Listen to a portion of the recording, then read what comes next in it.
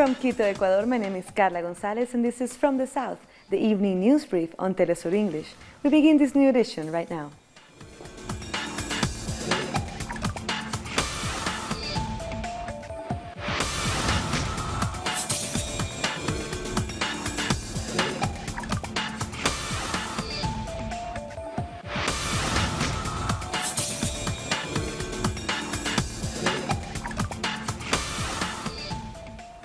Venezuela's ruling socialists have won a resounding victory in Sunday's local elections. The PSUV and its allies took the major position in 308 of the 335 municipalities, as well as the governorship in the state of Zulia.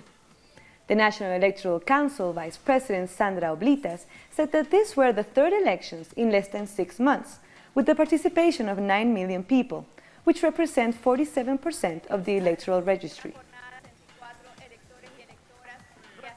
People across the country took to the streets in support of the newly elected officials.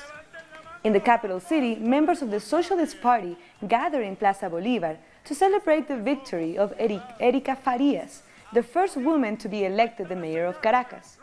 During this event, President Nicolás Maduro called the election results a great victory for the country.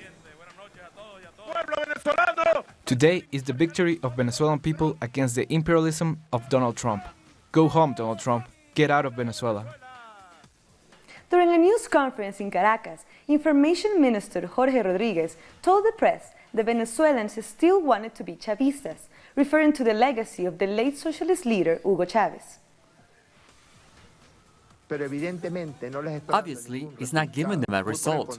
On the contrary, they are generating unnecessary suffering to the people of Venezuela that yesterday told them, I want peace, I want democracy, I want to continue living in an independent, sovereign country, and I want to continue being a Chavista. Our correspondent in Caracas, Freddie Gillingham, followed the day's events. Venezuelans began queuing at polling stations from the early hours of Sunday morning. It's a habit that has become all too familiar in a country where participatory democracy could not be more important. Yes, I voted. I believe deeply in democracy. I think we can't let others do what they want. It's our responsibility and it's our future. The country is in our hands. This process was really fast. I just came a few minutes ago and I have voted already. I feel this is an important decision for all Venezuelans in this hard time. And it's good that everybody comes to vote, because taking our decision is the only way to build our country. 3 of Venezuela's main opposition parties boycotted Sunday's vote, with leaders threatening to throw out any of their candidates who put themselves up for election. However, some smaller opposition parties defied the boycott and ran candidates. In Caracas' Sucre municipality, a polling station frequented by opposition supporters showed that some still had high hopes. Claims by the opposition that Venezuela's electoral process contained so-called irregularities dissuaded many of their supporters from coming out to vote on the day. However, Telesur caught up with a specialist from Spain, who is one of 50 international experts accompanying the election. I am very surprised because of the Venezuelan electoral system. Because thinking that on this year Venezuela has had elections, and coming from Spain, a country that thinks that Venezuela is a dictatorship, to see a different reality with a secure and reliable technical system. For example, in my country, we keep the manual vote, with less guarantees, without fingerprinting, digitalization, biometric systems, and here you can see a process that is part of a more active participation of people. At the end of a long day, Venezuelans who did take part gathered in Plaza Bolívar, to an estimated 9 million had participated. And in the capital, news of an overwhelming victory for the ruling socialists was met with jubilation. It's not the new mayors who will benefit most from Sunday's results. It's the people, who will be able to communicate their basic needs and demands to a new local mayor who was elected by them. Freddie Gillingham, Telesur, Caracas. And Freddie Gillingham joins us now live from Caracas. Hello, Freddie. So what is the latest on these results and what is the mood of the people over there in Caracas?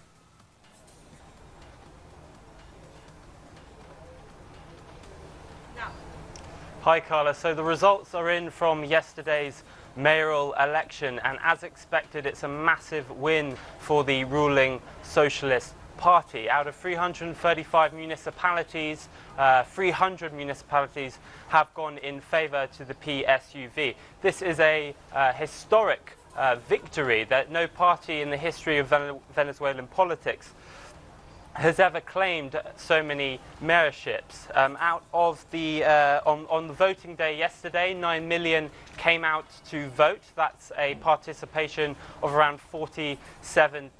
We were in Caracas, the capital, going to various polling stations throughout the day, both in opposition supporting areas and government supporting areas, and there was a steady stream of people from the early hours of the morning to around 6 o'clock in the afternoon. The response is obviously on the government side, massive jubilation. They go into the new year with a very strong footing. They will essentially be able to run a very successful presidential campaign, holding so many municipal seats. In the opposition quarter, they look weaker than ever. Yesterday, during a press briefing, Maduro announced that the three main opposition parties who had boycotted yesterday's vote won't be allowed to run in 2018. Whether this is official or whether this was just a provocation by Maduro, there's been no response whatsoever by the opposition, which just reiterates and confirms how much of a disarray they are in, and the lack of popular support that they currently have. Thank you very much, Freddie, for your report. That was Freddie Gillingham from Caracas. Now, soldiers and police forces are clearing protesters from the street of Honduras amid ongoing demonstrations against what they say is electoral fraud. Demonstrators have been blocking roads across the country in support of leftist opposition candidate Salvador Nasrallah's victory in the November 26 poll, and to call for fresh elections following an ambiguous recount process. I think this abuse, this insult to the Honduran people cannot keep going. They stole the 2013 elections from us and we said nothing. Today, in 2017, it won't happen again. If they want to name him, they can. But I don't know what's going to happen in Honduras. The fight will keep on. We Hondurans are losing the last safety valve we had, the elections. A dictatorship is forming here, and dictatorships aren't good for anyone. Our correspondent in Tegucigalpa, Heather Geese, gave us this update. The opposition has also criticized this recount because it simply looked at the ballots and it did not compare the vote count with the voter rolls and the signatures, which they say is essential to be completely transparent in this vote counting process and detect further possible fraud. So on Friday, but right as this partial recount was getting underway, the Opposition Alliance officially, formally petitioned the Supreme Electoral Tribunal to nullify the vote count, which, if accepted, and they expect it won't be accepted, but if it were, this would allow them to push for a full recount, including a comparison with the voter rolls and signatures of the full 18,000 ballot boxes. At the same time, the Liberal Party petitioned the Supreme Electoral Tribunal to completely void the entire electoral process, which, if accepted, and again, it's not expected that it would be accepted, would logically lead to fresh elections. Now moving to Guyana, where the parliament saw scenes of chaos breaking out after the speaker asked a member of the opposition, Bishop Juan Edgehill, to leave. Edgehill, a member of the PPP, refused, and the speaker called the police. However, commotion ensued when other members of Edgehill's party surrounded him in an attempt to prevent the police from reaching him. One female member of PPP came forward to say she was assaulted by the police. Police have been protecting and serving us, and we are proud of them.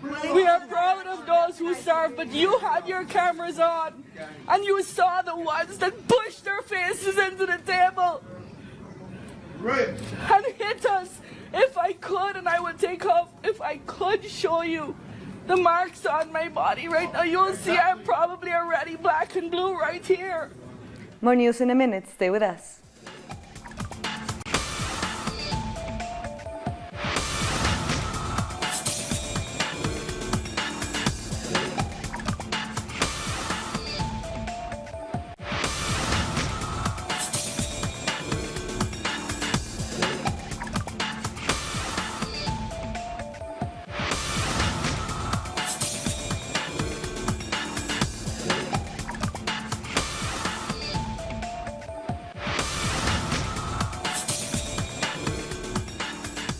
It's over 3 weeks since the Ara San Juan submarine went missing in Argentina's southern sea.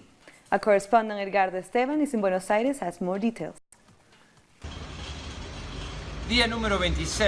It's been 26 days since the Ara San Juan submarine disappeared in Argentina's southern sea. This accident remains a mystery despite the big search operation launched during the first days with the support from different countries, and until today there has been no signs of the location of the submarine and the 41 crew members. The country's armed forces announced they have stopped looking for survivors, and the Army's chief said there are very few chances to find the submarine and clarify the reasons for its disappearance. The families of the crew members have asked the government of Mauricio Macri to give them an explanation, although they have also harshly criticized him, saying that he's not committed to this search and hasn't even supported them during this painful time. Families remain hopeful that authorities can give them some answers about the location of the submarine to mourn their loved ones. Edgardo Esteban from Argentina. Now in Brazil, where the Homeless Workers Movement, or MTST, has turned 20 years old, and is celebrated with a massive event in the city of Sao Paulo. The event included a concert by the legendary musician Caetano Veloso, among other guest artists.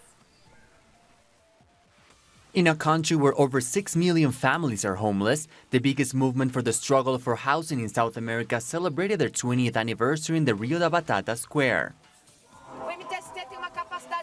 This movement has such a large following because it struggles against one of the biggest inequalities in Brazil, which is the fact that many people don't have the right to live, the basic right of a home, so that the MSTS organizes these families to fight for the right of a home, and we get to fight for those who have been denied rights through the struggle and mobilizations, occupying streets, squares and lands.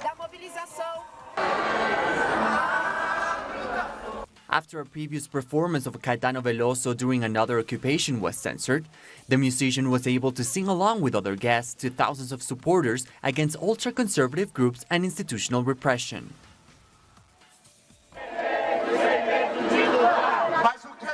What they got is the Caetano Veloso show. That was supposed to be for 7,000 in San Bernardo, which then became 30,000 people in La Batata Square for the celebration of the 20th anniversary of the MTST.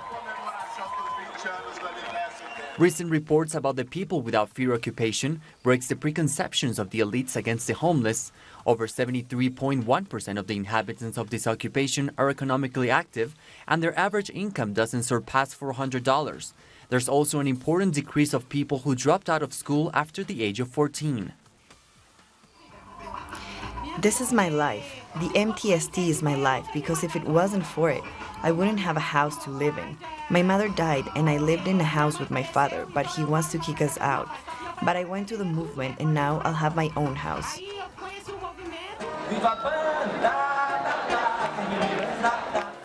With the paralyzed housing programs, an unemployment record and insufficient wages to afford rent, the homeless movement is now an urban reference on the fight against the unelected government and at the same time a support system for the victims of its neoliberal policies. Social movements in Panama are requesting a national day of mourning on December 20th in memory of the 1989 U.S. invasion. During a photo exhibition, social activists say they want to raise awareness of the military intervention which resulted in the death of over 3,000 victims and the destruction of their democracy. They also criticize previous governments who have failed to honor their own people by failing to mark this date. We are ashamed of the oligarchies of the past. However, since the invasion, Panama's popular social movements have been raising flag of historic memory and record, and today we are calling for the recognition of December the 20th as a national day of remembrance. We are fully convinced that history will be on our side. Mexican social movements have met to analyze the serious situation that different communities are facing because of the mega projects of transnational corporations. Let's see the details in the next report. Various social groups met in the nation's capital due to the concern of territories being given to foreign corporations. They analysed and worked on a defence project of what they say historically belongs to the communities. Where there is an abuse, there is resistance, a conflict with the government and with the companies. Whether it's about mining, hydraulic fracture, oil exploitation, hydroelectrics, wind power, biofuels, or water management. The People's Front in Defense of the Land reported how the construction of Mexico City's new airport is advancing. They say it has destroyed the croplands and the farmers' rights, who now must change their way of life. They never ask the communities about these projects. They never do it with the needs of the people in mind. Organizations need to recover their rights. That is what the communities have done in the state of Guerrero, not only to defend against criminal groups, but also the eviction by the mining companies that have taken the area. They have imprisoned our people, those who fight. But the criminals are still out there. They keep killing. How many deaths do we have daily in Guerrero? And not only in Guerrero, in many parts of the country. The crime is taking part of these mining companies, so they can extract silver and gold from our state. According to official figures, 20% of the territory is given in concessions for extractive projects, most in the hands of foreign capital.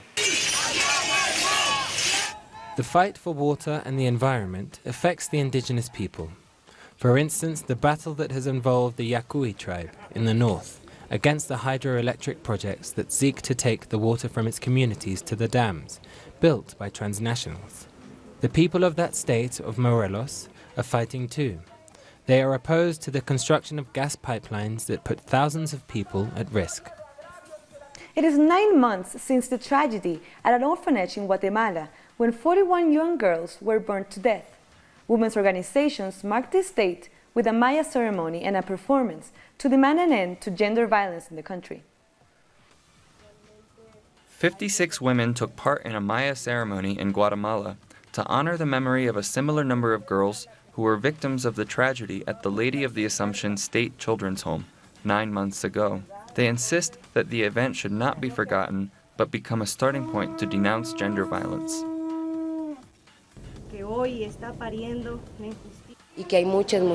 There are many women crying in their homes in very remote places where they haven't even been told that violence against women is not normal.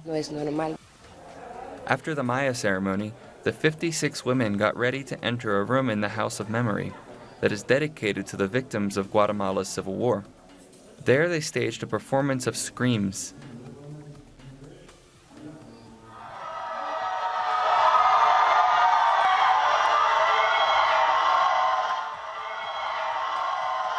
To recall the girls who couldn't escape from the flames. We take strength from those girls and those women who are beacon for us, because they died fighting for their rights, fighting for a dignified life as women, as girls with such a bright future before them. But they were silenced. We take strength of those girls' voices, and we come together to scream for justice. It's a scream for life and for justice. Those taking part in the performance said that they felt mixed emotions because it helped them to reflect on the horror of what happened at the children's home. But it also inspired them to keep insisting that the case should not go unpunished. If we are feeling such pain here, so cramped in this small room, imagine how those girls felt surrounded by flames and with no escape.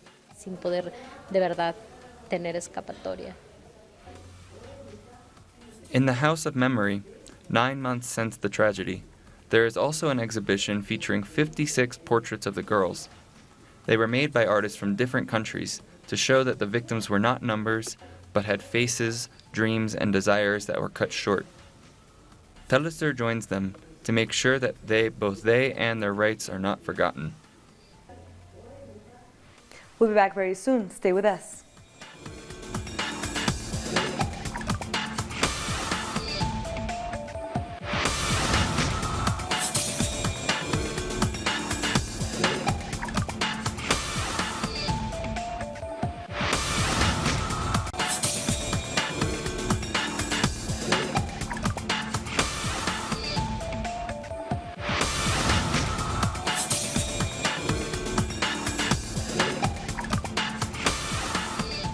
Russian President Vladimir Putin has ordered the partial withdrawal of Russian troops from Syria.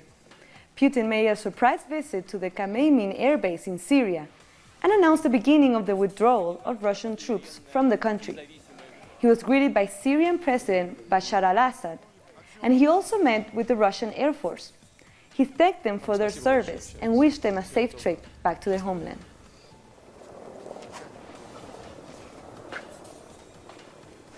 The European Union has told Israeli Prime Minister Benjamin Netanyahu that it rejects US President Donald Trump's decision on Jerusalem. The European Union's foreign policy chief, Federica Mogherini, told Netanyahu that the EU recognizes Jerusalem as the capital of both Israel and Palestine. It was in response to Netanyahu's statement that he believes that the European countries will support Trump's move. We believe that the only realistic solution to the conflict between Israel and Palestine is based on two states, with Jerusalem as the capital of both. The European Union will increase its work together with our international friends and partners, but also with friends and partners in the region, starting from Egypt and Jordan, and obviously with the parties, with Israel and Palestine. In a joint press conference in Turkey, Russian and Turkish leaders called US President Trump's move destabilizing for the Middle East. Turkish President Tayyip Erdogan said he hopes that the Organization of Islamic Cooperation, the leaders of this organization at a summit in Istanbul, will give a strong message to Washington over the Jerusalem move. Erdogan also said that Turkey and Russia will meet to finalize their S-400 defense deal next week.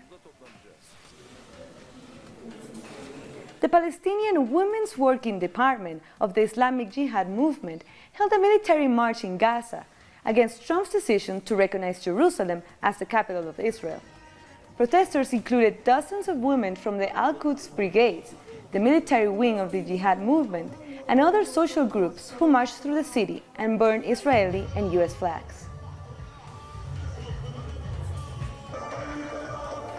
Trump's move has continued to provoke protests around the world. Our correspondent in Gaza, Noor Harasin, brings us the latest developments from Palestine.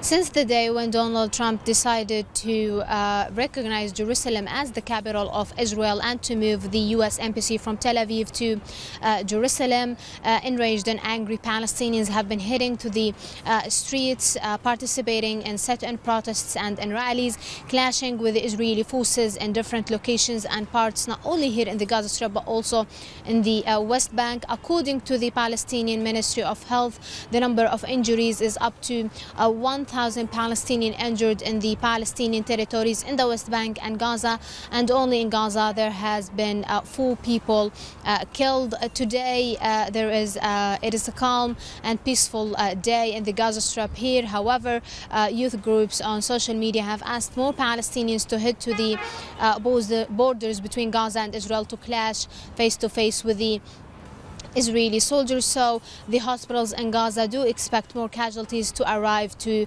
the hospitals today. On the other hand, Egypt has invited the Palestinian president for special and private talks regarding the issue of Jerusalem in order to take serious steps against the decision. The Palestinian people are hopeful that Egypt could achieve something even more than the U.S. as a mediator or a negotiator. That was Noor Harasin from Gaza. The foreign ministers of Russia, India and China vowed to boost counterterrorism cooperation and enhance regional trade during a trilateral meeting in New Delhi. Speaking at the 15th summit, the 3 countries said they will work together to strengthen regional counter-terror cooperation and address challenges to economic growth, food security and climate change. We have given particular attention to the fight with terrorism, stressed our determination to fight terrorism in all its forms and instances, including a spreading of terrorist and extremist ideology. The statement we issue expresses categorical rejection of unilateral economic pressure, unilateral economic sanctions, which, as we underline, violate international laws and undermine the authority of the United Nations. The UN in the Democratic Republic of Congo has paid tribute to the 14 troops who were killed on Thursday in the peacekeepers' biggest single loss in 25 years. During the ceremony, Tanzanian and Nepalese troops form a guard for 14 coffins, draped with the Tanzanian flag. The soldiers were killed following clashes with suspected Ugandan rebels. In the middle of political pressure, the slaughter of cows, and climate issues in Laikipia, Kenya, the communities are working together to prepare for the dry season. We have more details in the next report. The Samburs are very concerned about what happened in Laikipia. They wonder what is behind the criminalization of the Laikipia Maasai, and they are shocked about the cow killings. They have been living with white men respecting the private ranches of Laikipia. But they admit that they invaded the ranches in the first quarter of the year, but they say that it was out of necessity. It was a matter of desperate moment called for desperate measures. It had nothing attached, but it was purely because of lack of pastures. They are sure that everybody lost at least 50% of their property in the last dry season, and they are aware of the need to prepare for the future by organizing neighborhood committees to plan the management of communal pastures, and maybe to look for incentives to reduce livestock. The grass has grown again with the unexpected rain this month, but they need to let it rest so the roots can get stronger while the grass grows and absorbs the water and the sun. This is how the Morans meet, the generation that takes care of the livestock, to discuss the protection of the Lol Malok Meadow as a buffer zone of the protected area of Lutungay. Some have more cows than goats, or vice versa, and not all animals need the same kind of grass. They agreed that from tomorrow, whoever lets animals get in here will be fined $500, and it doesn't matter if it is a cow or a goat. The area that we've sown for future use, it is going purely to be protected by the moran that we are seeing here, at the same time with the conservancy rangers.